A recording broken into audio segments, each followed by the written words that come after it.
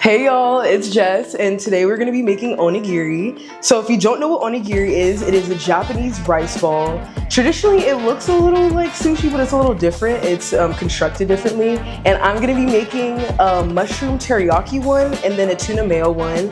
And we're making onigiri today because it's something that I grew up making. There's this place called Sunny Blue. Oh my gosh, it's so good. You can go and you can customize them, and you can get them individually, and they're hot and ready. And I like that more because I don't like raw fish at all, so definitely having something cooked on the inside eases my worries a little bit. But yeah, so we're gonna be doing a hands-on activity. We're gonna be making it with, instead of molds, and saran wrap, because it's something that you can make at home. But yeah, we're gonna go ahead and get started. But as you can see, this is a layout of some of the things that I'm gonna be using. I have a lot of Asian ingredients, a lot of stuff that I'm really haven't used before that I'm kind of interested in using now. We have some MSG, which I think is gonna enhance the flavor a lot. And we have some sauces, fish sauce, which I think is gonna taste really good as well. But yeah, let's get started. So my key to getting your garlic chopped is first putting the garlic like this, and then you wanna put your knife like this and put your palm and push down. And that's gonna allow you to break the shell and get the garlic out of it. So I'm gonna go ahead and do that to all my clothes and just discard that. We don't need the shells. Push down, allows you to crack it, get all up in there, yes. And if you're having a hard time, like you see it's not coming off, just go ahead and crack it some more. And it's okay, it doesn't need to be uniform because it's all getting chopped up anyways. And also a secret tip, because you know garlic makes your fingers smell absolutely rancid. You can put lemon or like lime and like brush it on your fingers and it cancels that out, which is a cool tip. I actually learned that not too long ago. But yeah, we're just gonna go ahead and deskin all of these. And now we can just go ahead and get that chopped because as you see, all the butts are off. And so for this part, I like to just slice them. Slice all of them, kind of rough in the beginning. And then depending on your liking, I like my garlic, vegetables, I like everything to be well minced. So I'm gonna go in after and go over it and just mince it.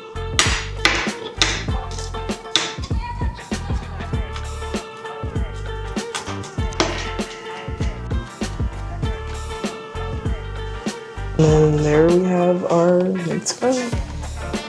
All right, now we're gonna chop up this onion. There's a couple of ways that you can do this. The most easiest and efficient way is honestly slicing down, making inserts all around. I'm not gonna use that many onions, so I'm probably not gonna use this whole thing, about like half of it. Take the excess skin off. And you see how I made like slits? They don't need to be perfect. And then I'm gonna horizontally slice it, but not all the way, like to use that core. Do that one more time. And if you can, try to do it a third time. And then you're gonna slice down. And that's a rough dice. Like I said before, I like my stuff to be minced up. So I'm gonna go ahead and go over this. We're gonna dice this up just like we did garlic.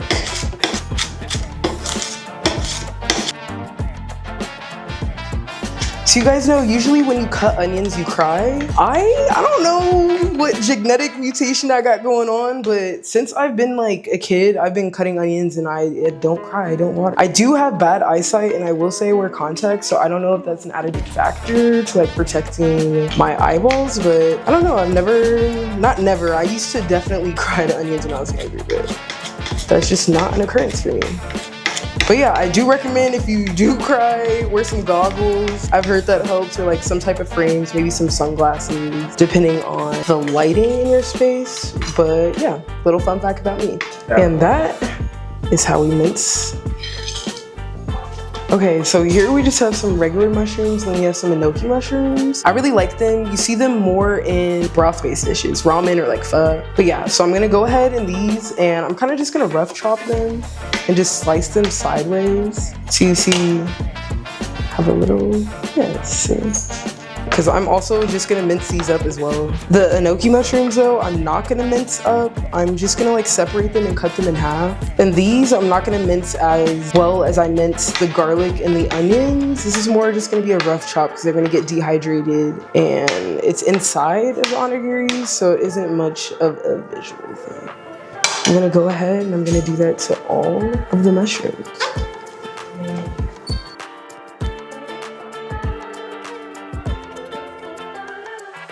All right, now we're gonna chop up the enoki mushrooms. I'm not gonna mince these or dice them. I'm just gonna chop them in half. But first, because this is like where the dirt was, I already chopped off the majority of it, but I wanna just chop up a little more because that is not fun to get. But I went to this Asian grocery store near my house. They have it in Atlanta. And I remember stumbling upon it for the very first time. It was hard to find, I'll tell you that much. It's definitely a hidden gem. I'm not gonna tell you guys where it is. But yeah, they have a bunch of great stuff. I got all of my furikake, my fish sauce, my MSG, everything Asian I get there. We do have H Marts out here, but they're far. If y'all know anything about them gas prices right now, we are not commuting. I'm just gonna go ahead and do the same thing and chop off the ends, and then I'm just gonna chop it in half. And that moisture is gonna suck it all up. And here we have our plate of mushrooms. Okay, so now we are gonna go ahead and saute those mushrooms.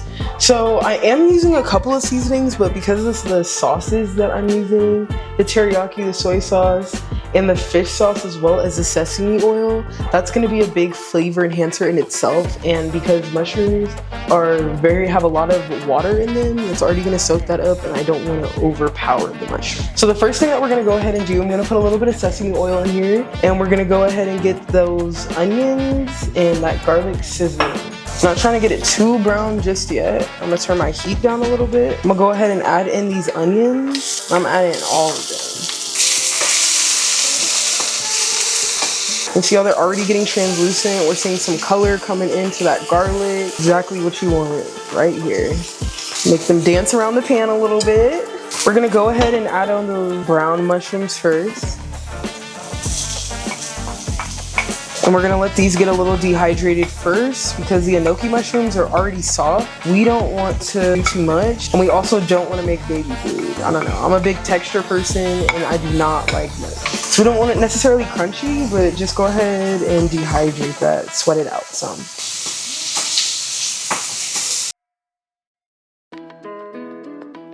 Now we're gonna go ahead and add those enoki mushrooms. They look so fun. They look like, I don't know, I really like fairies. I don't know if you guys are into mythical, magical creatures. But I feel like this is something that they would live with. Like, I don't know, these would be their flowers. These are gonna get soft. Now we're gonna go ahead and add in those seasonings and those sauces since we have that all mixed together.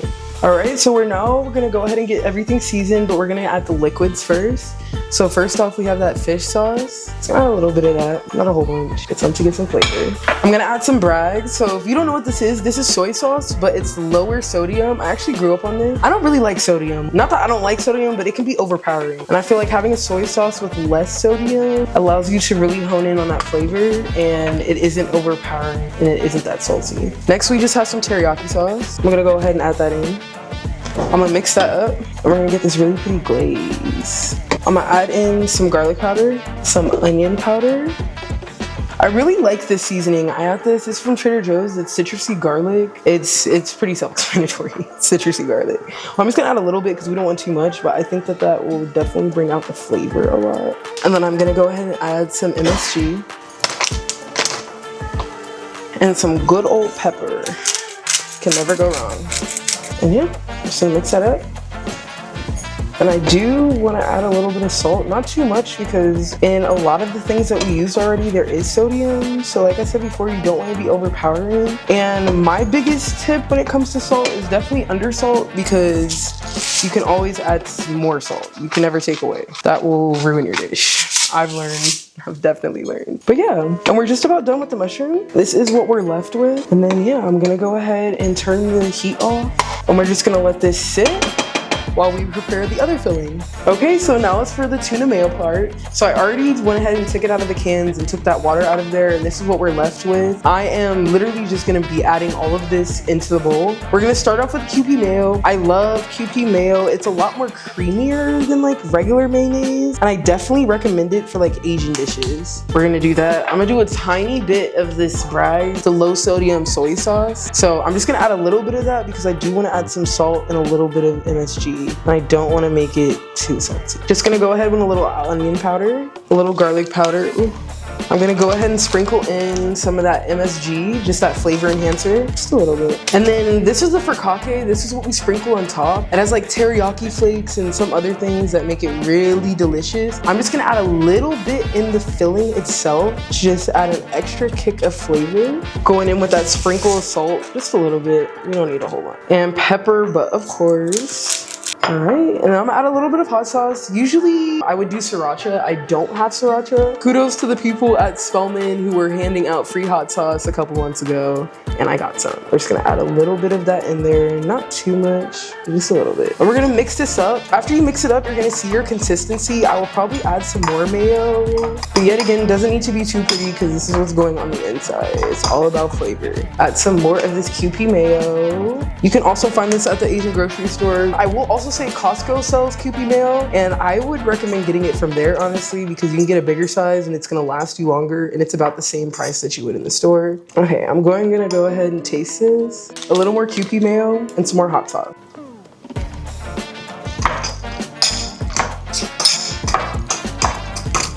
I'm also gonna add a little bit more furikake so we can have those flakes in between. And that is our tuna mayo filling. It may not look the best right now, but once we assemble, you guys are definitely gonna love it. Now is the fun part, we're gonna assemble. So it's essential that you get sushi rice and not just regular rice because it's not gonna be sticky. I'm just gonna put that in the middle. And you can make these any size that you wanna make them. They're all definitely gonna be different. Okay, for the first one, I'm gonna do a mushroom one. So you go ahead and add that filling. You can add as much or as little. I kinda like my onigiri to be a little filled up. We're gonna add some more rice on top. And I purposely didn't get a mold for this so I could show you guys that you can do this at home with some material in your pantry. But yeah, it is gonna get sticky, it is very hands-on. So I didn't say so before, but I put some saran wrap down. And then here, you're just gonna fold it over, and then we're gonna create like a triangle. And this is also a great way if you're trying to eat this later, you can just go ahead and finish it and seal it off. This is how it looks. I also added some rice vinegar to it, which is gonna make everything be a little better combined. So here we have that tuna mayo mixture. So the other one was mushroom, this one's tuna. We're gonna add some more rice on top. It's very, very sticky, which is good because if it wasn't sticky, that means that it's not gonna hold together. And then I fold that over again, and you wanna make it tight. Get a real good triangle.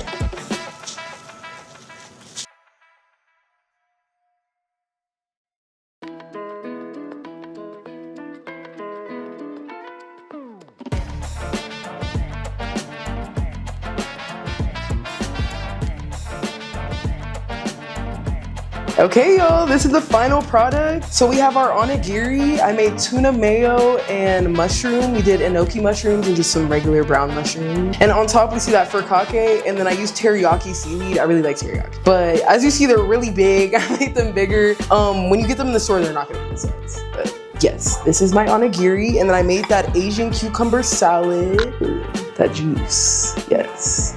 See those scallions on top and that chili oil. But yeah, that's what we made today. Thank you guys so much for tuning in, and I hope to see you guys on the next episode.